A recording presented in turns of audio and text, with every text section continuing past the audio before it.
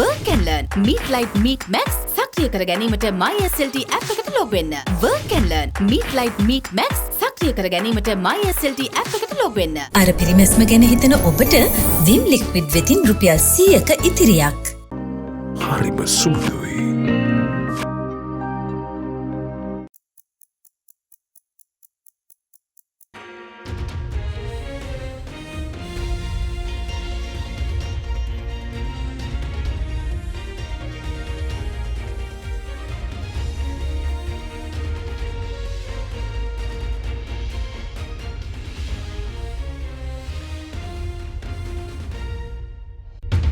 Tonight on First at 9, this Tuesday, the 3rd of January 2023.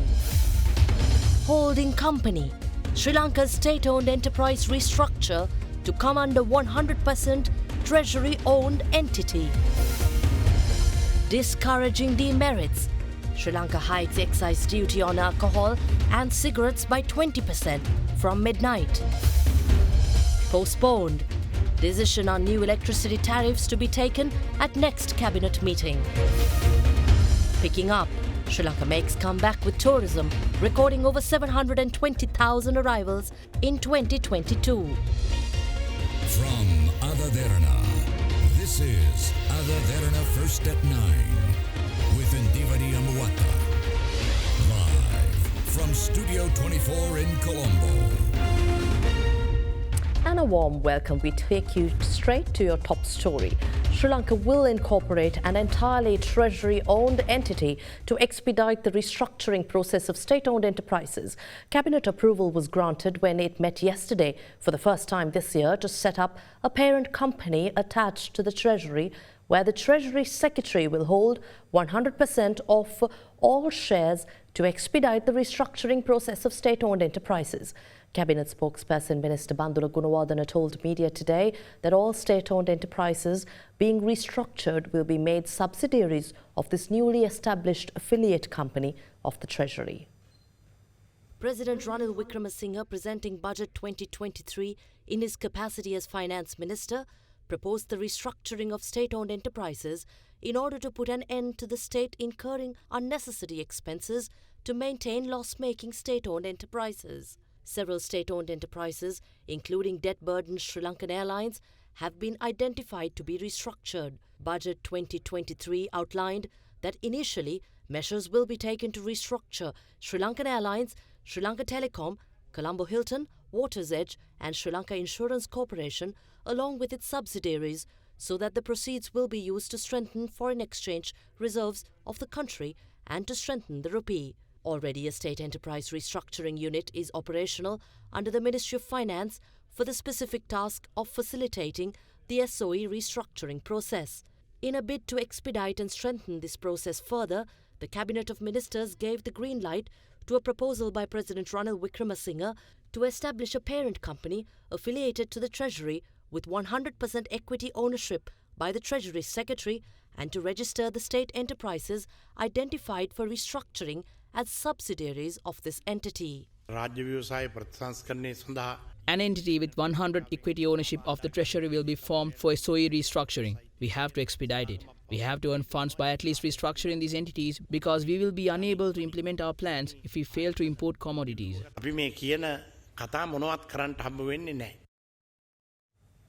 Now, President Ranil Wickremesinghe has issued directives to the chairpersons of Sri Lankan Airlines and the Ceylon Petroleum Corporation, requesting them to submit a report regarding the bonus made to employees of the institutions. The President's Media Division stated in a communique that the head of state had proceeded to issue this directive, questioning as to how the institutions were able to grant bonuses to its employees given the heavy losses incurred by these institutions. Meanwhile, several other decisions from implementing a new government school admission system and Sri Lanka's self-evaluation of human rights progress to be presented at the UNHRC 4th review were approved by the Cabinet of Ministers. The Cabinet also green-lighted a proposal by Minister of Education to introduce a new system for admissions of students from 2 to grade 11, except grade 6, by further streamlining the current circular provisions to identify groups that need to change their schools and to create fair and equal opportunities to admit into intermediate grades. Meanwhile, the Urban Development Authority has identified the need to expedite development projects in urban areas. Accordingly, Cabinet approved a proposal presented by the Minister of Urban Development to establish one-stop unit by improving the current development application processing system. Meanwhile, in accordance with a resolution adopted by the United Nations Human Rights Council in 2006, all member states must be subjected to a universal periodic review once every 4 years. This provides an opportunity to declare the national level steps taken by member countries to improve the condition of human rights in the member countries and to fulfill the human rights obligations of those countries. Sri Lanka has participated in 3 review cycles so far, and the next review is scheduled to be held on the 1st of February 2023. The Cabinet has agreed on the measures taken by the Ministry of Foreign Affairs to present a self-evaluation regarding the steps taken since previous review by the National Report of Sri Lanka to be submitted under the 4th review cycle. The Cabinet has meanwhile postponed the consideration of and reaching a decision pertaining the proposed electricity tariff structure presented by Power Minister Kanchana Wijesekara. Cabinet spokesperson Dr. Bandula Gunawardena said it will be arrived at the next Cabinet meeting after further review. Yesterday, Minister of Power and Energy Kanchana Wijesekara presented the proposed electricity tariff structure to the Cabinet of Ministers. As per the proposed tariff structure, the current unit rate of 8 rupees for households utilizing 30 units or less will be raised to 30 rupees, a 375% hike.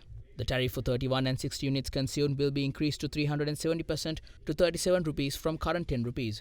The 10 rupee tariff per unit for households using units between 61 and 90 will be increased to 42 rupees, a 420% increase. In a tweet, the Minister of Power and Energy noted that the Cabinet was briefed on the proposed tariff structure, energy forecast and finances. He said the Cabinet of Ministers extended by a week to give their observations on the proposals.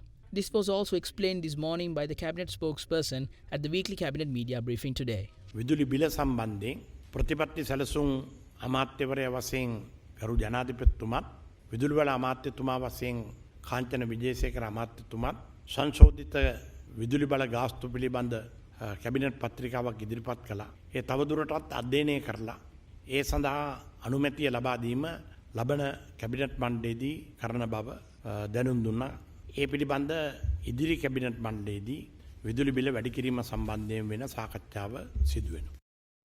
Parliamentarian of Samagi Janabalawege Lakshman Kiriyala says the Cabinet cannot take an arbitrary decision to increase electricity tariffs, saying its responsibility lies with the Public Utilities Commission alone.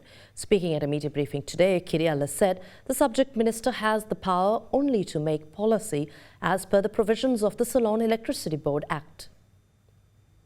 It is very clear that the minister had not read the Electricity Act. Under the Electricity Act, the minister has the right, has the power only to make policy, nothing else. Once he makes a policy, the PUCSL, they are the people who have the right under Section 30. Under Section 30, it is the Utilities Commission that has the right to decide on the tariff. So the minister does not have the right. If the cabinet tries to increase the tariff by taking a cabinet decision, we are going to challenge it, because even the cabinet must act according to the act. They must act according to the law. The cabinet can't decide violating the act. So therefore, there have been several Supreme Court decisions earlier where the cabinet acted in violation of the law and the act, and the Supreme Court had disallowed those cabinet decisions. I wish to say that it's only the PUCSL that has the right to decide the tariff, and not the minister or the cabinet. If they do so, we will be also challenging the decision in court.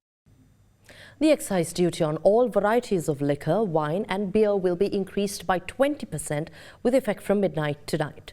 According to State Minister of Finance Ranjit Siambalapitiya, the duty on cigarettes has been raised by 20% effective from the 1st of January 2023. Based on the newly introduced excise duty by the government, the tax of a 750 milliliter special arak will be increased by 206 rupees. The tax on a 750 milliliter molasses, palmyra, coconut and processed arak will be increased by 224 rupees, while locally manufactured foreign arak will be increased by 266 rupees. Meanwhile, tax on beer less than 5% alcohol will be raised by 21 rupees. The tax on beer with over 5% alcohol will be increased by 39 rupees.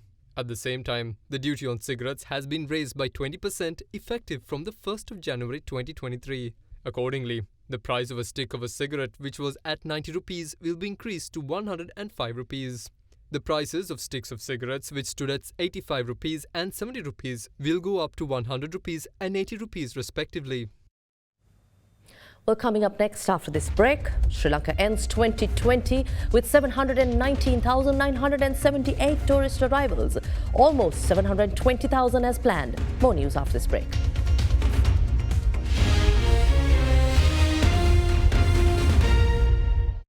It's hard to keep up with the new when you're listening to the same old Slim Bread Week. A week for professionals.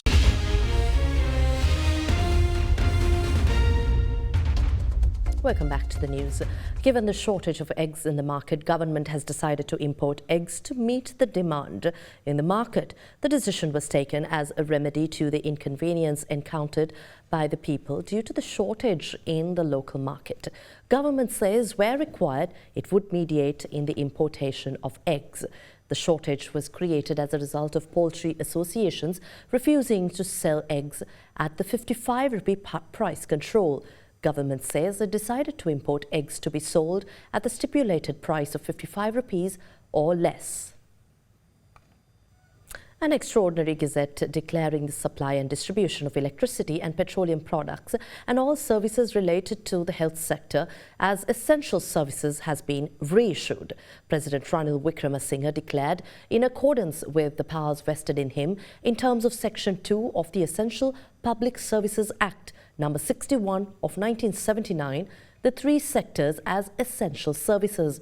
Accordingly, all services connected to the supply of electricity, the supply of distribution of petroleum products and fuel, and all services deemed necessary for maintenance, reception, caretaking and treatment of patients, hospitals, nursing homes, dispensaries and at other healthcare institutions were deemed essential by way of this gazette.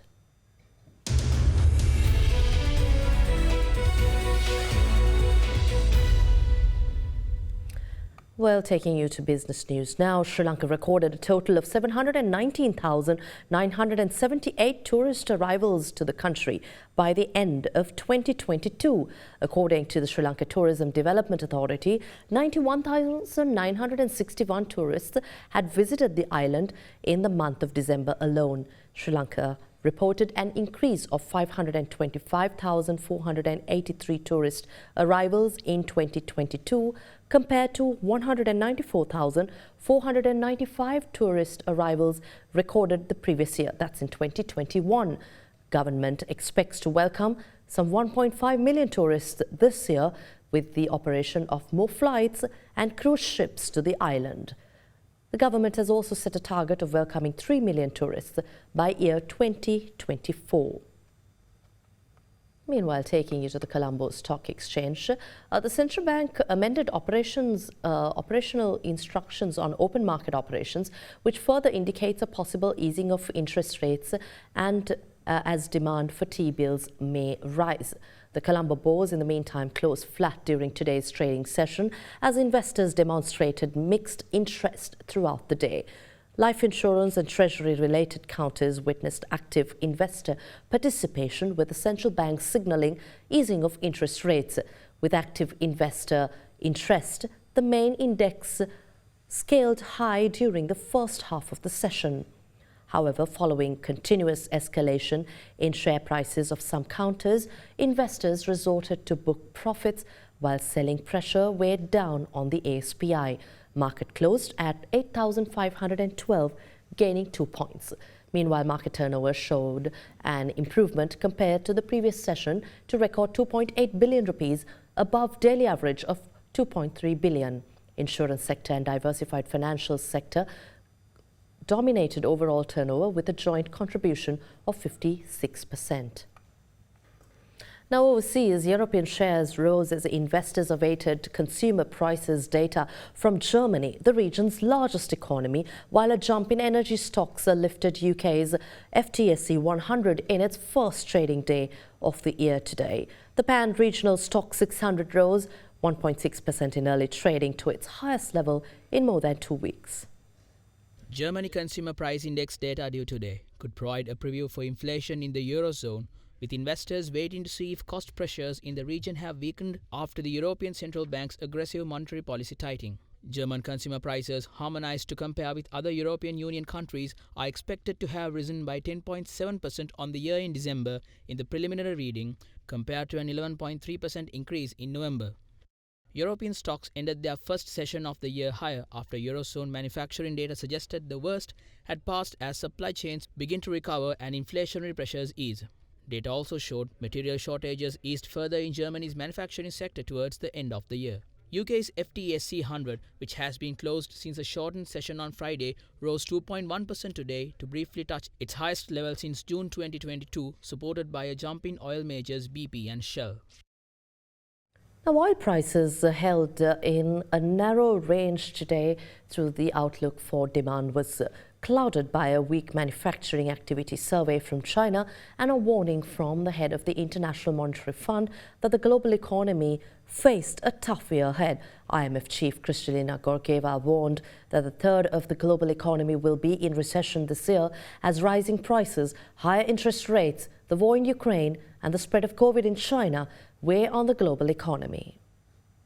Brent crude futures recovered from their early weakness when prices fell by $1 a barrel, rebounding to $86.29 a barrel, marking an increase of 38 cents. US West Texas Intermediate crude was up 51 cents at $80.70 a barrel. Weak factory survey from China, the world's largest crude importer and second largest oil consumer, was a bearish factor. Oil prices had settled more than 2% on Friday last week, with Brent and the WTI ending 2022 up 10.5% and 6.7% on the year before, respectively. Analysts point out that $3.4 billion went into Brent out of $12.3 billion that flowed into commodities that week, largely in reaction to Russia's combative response to the EU and G7 imposed price cap on Russian crude exports to third parties. President Vladimir Putin banned the supply of crude and oil products from the 1st of February for 5 months to nations that abided by the cap. His decree also included a clause that allowed him to overrule the ban in special cases. However, Russian crude has been diverted to India and China from Europe. Well, here's a look at how the Sri Lankan rupee traded against some of the world's major currencies today.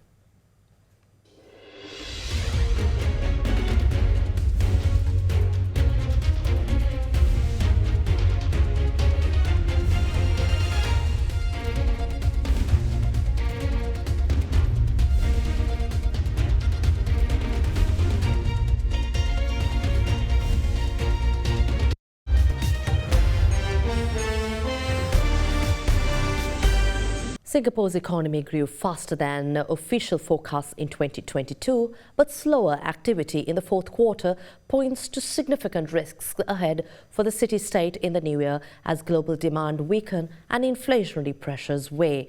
Preliminary data from the Ministry of Trade and Industry showed that Singapore's economy grew 3.8% in 2022, beating government forecast for growth of 3.5% and down 7.6% in 2021. GDP expanded 2.2% in October to December on a year-on-year basis. Government data showed almost half the 4.2% growth seen in the third quarter.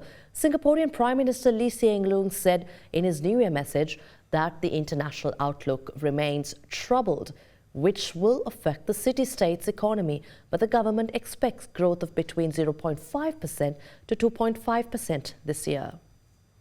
Well, that wraps up tonight's edition of First at 9. Whether you're joining us at home or on your phone, thank you for watching. Tune in to our social media sites for the very latest. Good night.